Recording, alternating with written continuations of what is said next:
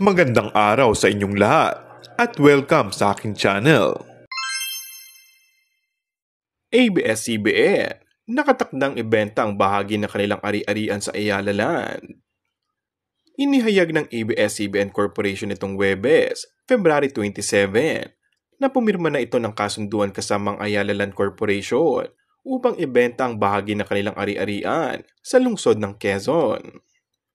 Isang Memorandum of Agreement o MOA ang nilagdaan ng ABS-CBN Corporation at ng ALI para ipagbenta ang nasa 30,000 square meters mula sa kabuuang 44,027.30 square meters na ari-arian na nagkakahalaga ng 6.2 billion.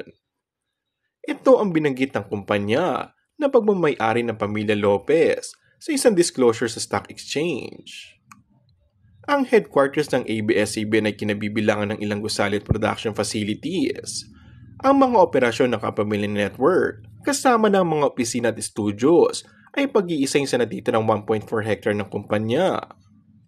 Sa ilalim ng MOA, ang pagbabayad para sa pagbebenta ay sa pamamagitan ng installment basis. Ang mga kikitain dito ay gagamitin sa partial payments ng loans.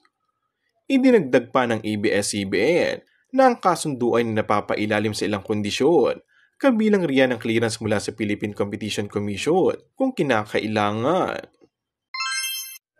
And that's all for our today's video. Kung bago ka lang sa aking channel ay mag-subscribe at pindutin na rin ang notification bell. Maraming salamat!